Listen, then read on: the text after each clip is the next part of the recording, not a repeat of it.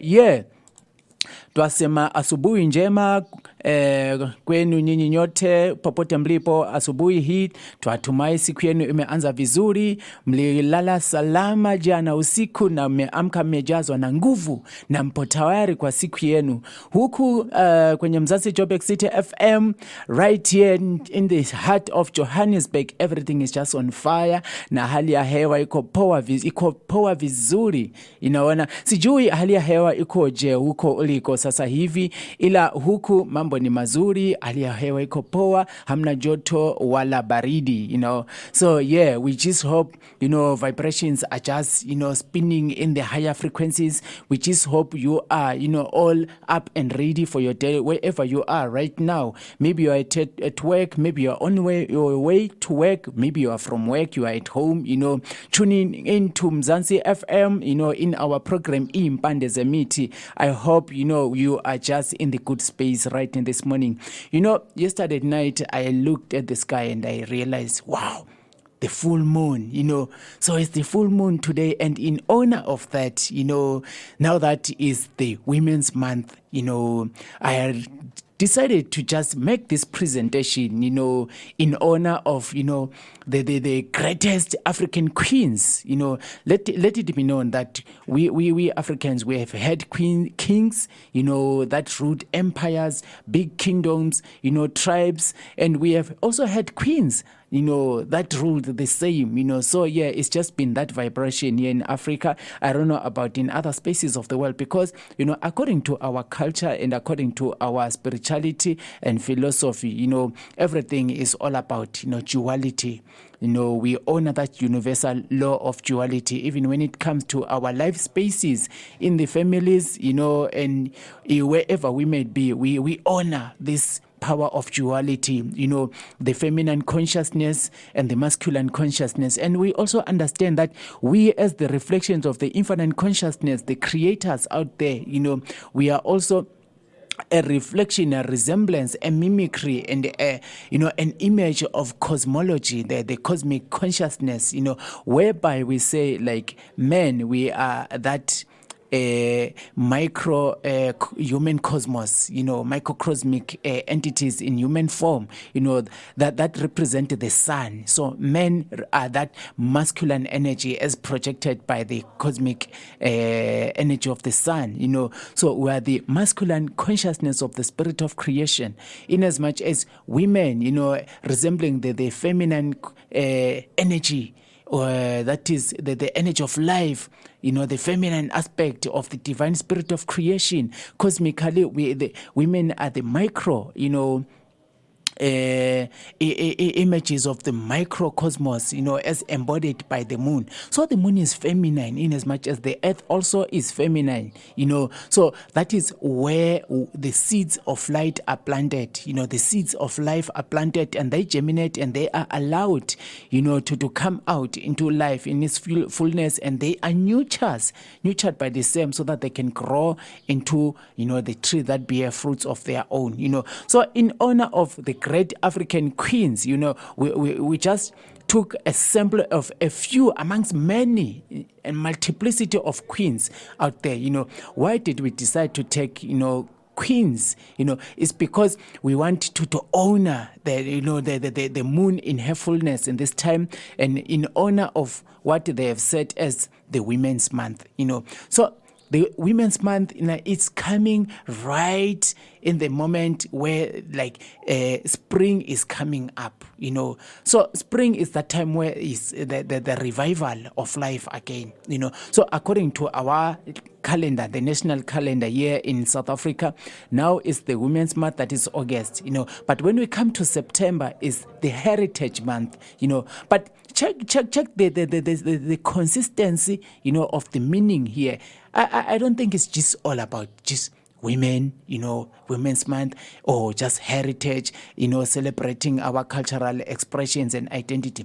There's something beyond that, that was picked specifically in line, with the vibe, of the times of nature, according to alignment, So now, August, coming to the end of August, is the end of the year, the end of August coming to September, the beginning of the September there, that is the period of the end of the year and the beginning of the year again, So in our African calendar, this side, so according to the Nguni calendar, our new year is in the month of September. We call it Umandulo in isiZulu, So as it was, in the ancient of days, is still standing right now. That cycle, in this end, this is where the beginning is, that is Umandulo now, the beginning of life. Even if you can check it out, like I'm telling you, observe nature very, because nature tells us times and time also. You'll see that even if before the rain has come, you'll see there's a greenery, springing out, shootings of greenery in the grasses, in the trees, that is the renewal of life, the revival of life, coming from the period of mourning naturally, which is winter, So yeah, that is our natural African calendar, in line with the vibe and the alignment of nature, So the Women's Month and Heritage Month, that is the honor of the renewal of life, actually, is aligned to the vibe of nature, So let us remind ourselves of the greatness of the contribution that was made by some powerful women in our communities, in our societies, in our spaces, in our tribes, in our clans, in our kingdoms, in our empires, So we just took a few lists of them. Then you have to continue adding onto the list,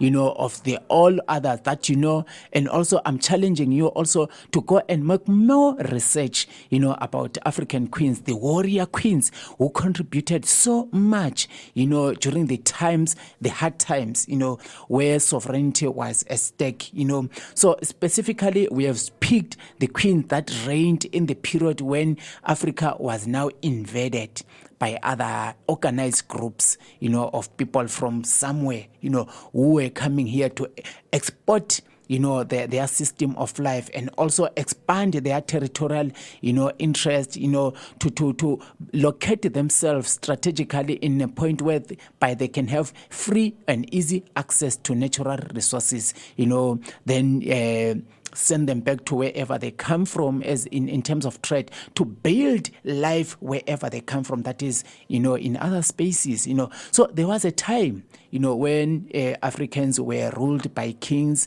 queens, from different tribes, kingdom, empires, then came a time where we got into the period of compromise. The survival mode began there, Initially we were first up with the Arabs. Remember the so-called slave trade, which is actually the industrial and mass human trafficking, that crime against humanity. It began in the East Indian, Ocean. The Indian Ocean side, that's where it began. It was the Arabs that came here, they started raiding, they started making pact with other corrupt African leaders, to find to give them people whom they will trade as stock or just a lifeless product to other people out there.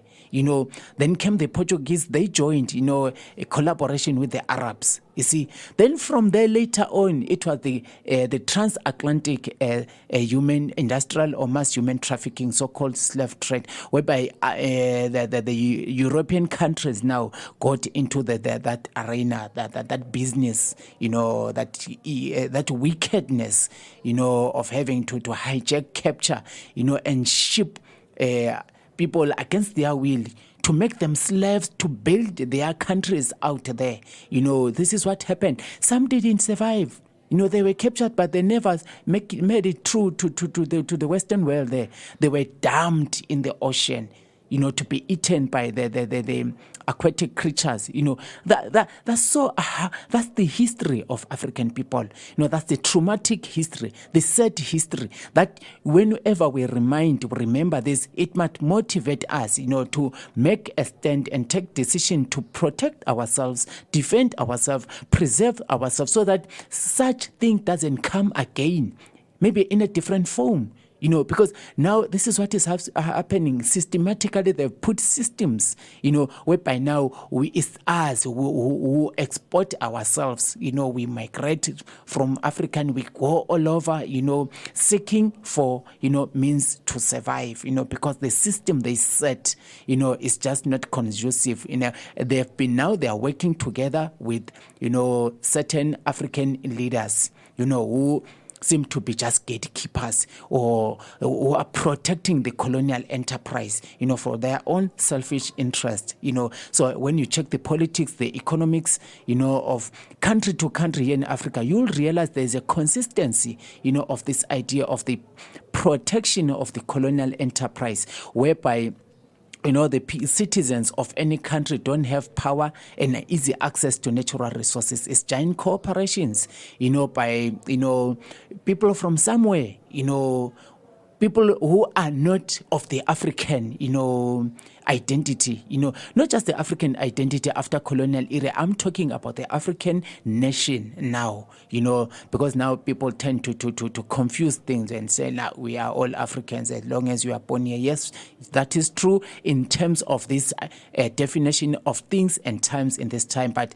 when we are talking of Africans, we're talking of this nation, the melanin race, so we don't have easy access to natural resources so that we can, have means of economic expansion and growth independently within these demarcated spaces, like the colonial business spaces called countries now, So there's this consistency where you find that it's politicians that are enjoying, because they are opening up spaces, for giant corporation from somewhere by other organized groups of people, to have access to natural resources, build investment, run the economies. Whoever runs the economy runs the politics of any space you check, because politics without money is nothing. It's like a bank without money in it. It's like a body with no soul in it, So the economy has the power of influence, in each and everything. It influences culture, it influences spirituality, it influences politics and governance and leadership,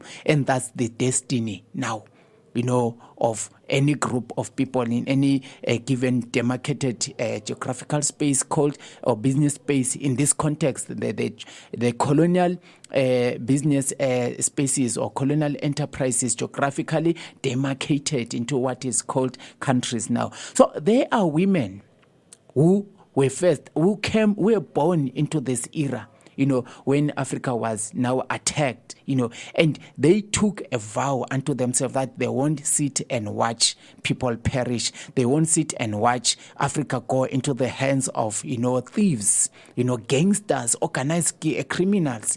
They won't just give in, into this colonial agenda. They will try their best, to defend themselves, defend their tribes, defend their clans, defend their kingdoms, defend their empires. This is what happened, So go and check the history. That will correct the stimulus and the perception and the stereotype that's there. We have been made also to learn, the Western perceptions, whereby traditionally they were saying like women are weaklings, So according to Western structures of life, they come from a patriarchal system where everything is masculine energy amplified, dominating spaces. That is why they will tell you a woman cannot lead, a woman cannot stand up in the congregation and preach, a woman cannot be that, a woman cannot stand up in the court of law, a woman cannot do that, a woman cannot work. This is what the Western perception was. It has changed. After the age or the emergence of feminism, it has changed now, but that was the perception, and we were made to learn that. Through internalization, cultural coercion, and cultural assimilation, when we started adopting those values, those perceptions, those principles. Hence, like you hear African men now saying, like, like no woman can tell me anything. They tell you that like women are like, this object that you can own, control, that you can even buy or trade or exchange with. So this is a learned behavior, but prior to our exposure to other groups of people, we had our own philosophy, we had our own principles and values, we had our own laws that were aligned to our spirituality. Our spirituality influenced, governed, and aligned to the orders of nature. The principles of nature, the characters of nature, the mind of the infinite consciousness. That is why we always talk about the god and the goddesses, the queens and the kings. We always had this balance, you see. So we will be mentioning some African warrior queens, who stood up in the times of trial, times of suffering, where they had to just fight tooth and nail to defend their sovereignty, their communities, their tribes. So let us start here with the queen called Lozikei. Lozikei Gadlodlo, from 1855 up to 1919, all the way from what is called Kwa Bulawayo in what is now called, there's a place, now it is called Zimbabwe, but prior to Zimbabwe or Rhodesia, prior to the invasion by Cecil John Rhodes and his British Southern African Company, there was a kingdom, the Ndebele state there, that was founded by the King Umzilikazi Kamashobane, then when he transcended, and left, Lobengula, is the one that took reins as the king. Then there was a time that when the British, were now having a serious grip, into the land, during the colonial invasion, so there were clashes, there were wars, if you remember the Anglo-Ndebele War, the first one, all the way going to the Chimurenga, Umvugela, So after Lobengula, disappeared as he was, pursued by the British. Maybe I have to quote the story of Lobengula, maybe, or I'll talk about this thing some other times, but this time I'll just, quote it. It is said that, when the British were pursuing him, like the weather changed, there was a heavy downpour of rain. So when they got into this, there's a river called Shangan, also a Shangan River, so it was, rising up in levels, of water and the velocity getting high, but they got in Lobengula and his people, they got in there, and that was the last of him being seen. So not much has been confirmed what happened of him. Some said, crossed the river with their group of people and, went all the way maybe to what is now Zambia. We don't know. Some say that was the disappearance in the water. But we're talking of a man who was mystic here, who had the power to influence, nature, to create any state of weather. Just like, Uzwangendaba. What Moses did, when he commanded waters to part so that the tribe of Israel can pass through, is what Zwangendaba did. He commanded the river to part so that he and his people, can pass through. And it is said that there was an eclipse in that moment when he was doing this thing, as he was running away. Remember, Zwangendaba migrated from the Ndwandwe, here in what is now called KZN in South Africa. They migrated all the way up to where Tanzania today. So the Ngoni people, that you find in Tanzania now, some of them came with Uzwangendaba, all the way from here. These Anguni people, Ongoni people, that moved from here and they went all the way to what is now Tanzania, and they are still alive today, So this is, biodiversity, cross pollination is not cross contamination. Migration is the natural law, So when after Lobengula had disappeared, now he's one of the favorite queens, the warrior queens, Lozikei Gadlodlo. She became the regent queen, in that time, So she had to mobilize the war mobilized the warriors for war, and it is said that she even used all those weaponry that the king hadn't used before. She fought the British, tooth and nail. So yeah, man, that was it. She commanded the 1896 war, the Anglo-Ndebele War. That was the woman, who saw to it and to herself, took power to say, we will never be conquered, we will never be colonized, our land will never be taken away by this group of thugs from somewhere. We will fight, to our best. So yeah, this is what she did. So when you hear people, especially from Zimbabwe, especially the Ndebele people, when they say kwabulawayo kwamfazi ushaya indoda, they're talking about this Queen Lozikei, mfazi ushaya indoda, because she's the warrior woman, who fought the white people, tooth and nail. She had this spirit of the warrior spirit, to fight, So yeah, that was Queen Lozikei, from the Ndebele people there, Then we can go all the way to Sudan. We talk of Empress Kandake, Empress Kandake, Amani Renas. Kandake actually means great woman, according to the language therein, So she also fought the Romans, and she was victorious in 24 BC. You say, it's been so long. Africa has been, attacked by the Europeans and the Arabs also, So she fought, against the Romans, so that Romans will never have power, in her territory. So yeah, she won the first battle, but then the Roman had to go, mobilize and come back later, So in one of the battles against the Romans, she lost her eye.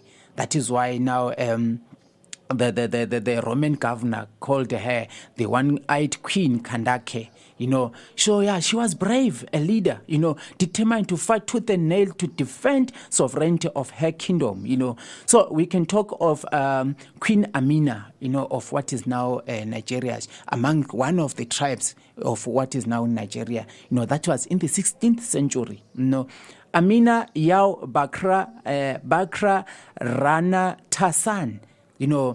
That simply means a capable woman, a woman capable as a man, that's the title they gave her, She was, such a militant and brave warrior, So yeah, she earned her name through the battles she fought, and she commanded an army of, as a princess, before she became a queen, she commanded an army of about 20,000 men. That is such a woman. From a young age, she had this fighting spirit.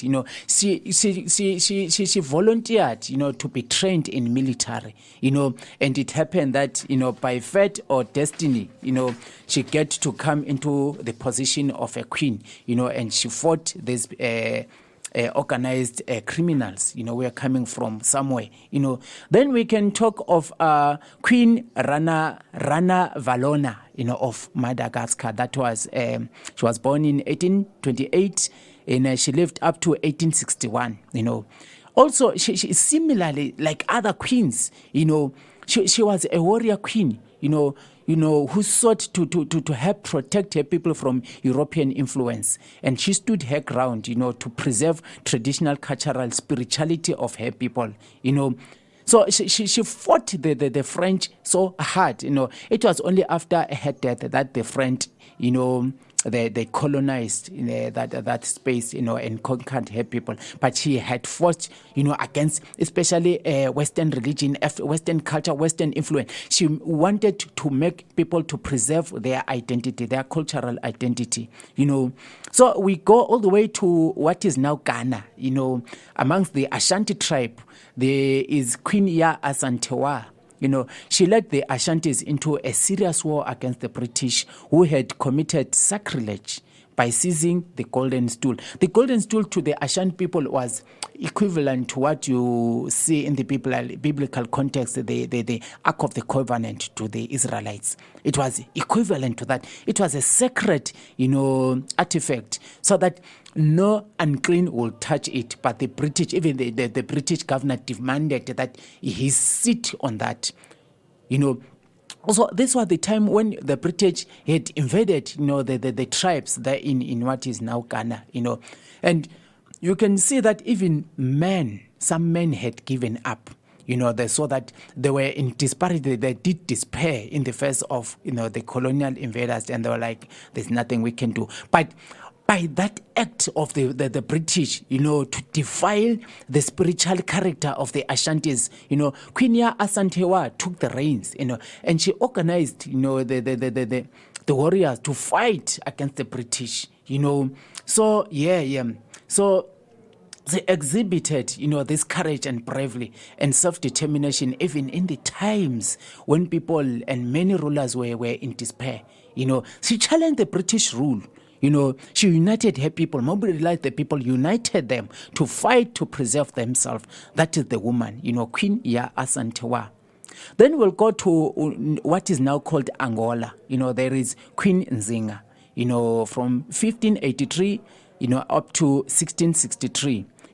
She was a brave strategist, that one, self-determined queen who fought against the Portuguese colonizers and made sure that Matamba, kingdom remained relatively free from European influence.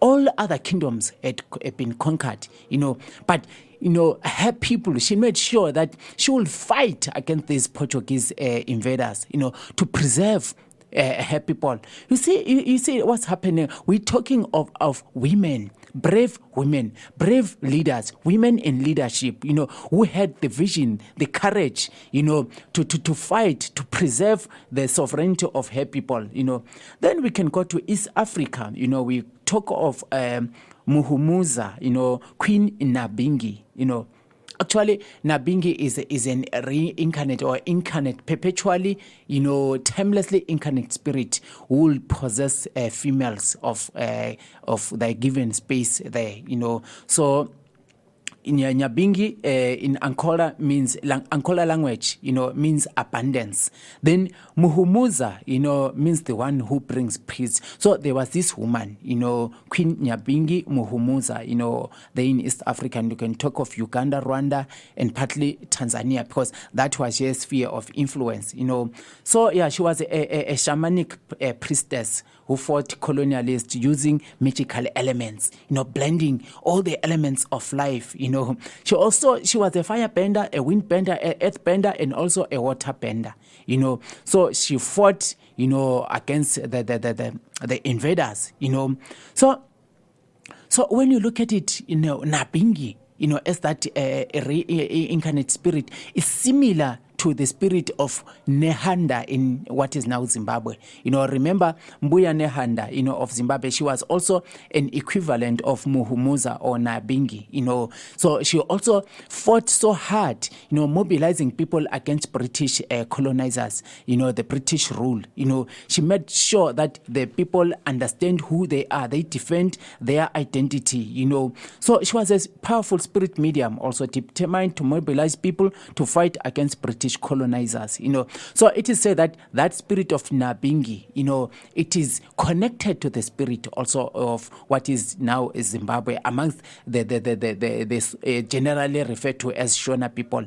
So the Mumbuya and the Nehanda spirit is the same, similar, related to Nabingi spirit, So if you hear the Rasta say Nyabingi or the Nyabingi order is based on Nabingi, this deity, So yeah, this is the powerful. Also, this Nabingi and Nehanda spirit is similar to Chaminuka, the spirit of Chaminuka. Chaminuka is the lion spirit now. Timelessly reincarnate spirit that will possess men, warriors, to fight, to take care of the people, guide the people, be the bridge between the spirit realms and the realm of where we are, So there are many other women, that were in that time, fighting against colonization, even in the liberation wars of all countries in Africa, there were women who gave themselves, to fight against colonialists. Here in South Africa, we can also speak of such a personality like Uma Mumatikizela. She was that militant woman, who will stand, to fight against the white people in the country, even if her husband, had been taken away for ages and ages. She made sure that her spirit does not get broken down. She doesn't give in. She doesn't give up. So she was so much involved and active in the fight. So in this time, we have many other women right now also, who are the continuation of the spirit of warrior queens, who are the reincarnations of these warrior queens. You can observe, research, and identify and locate them country to country in Africa and abroad, in any space in this time. Some others are in the business world, others are in the industry of arts, to communicate, to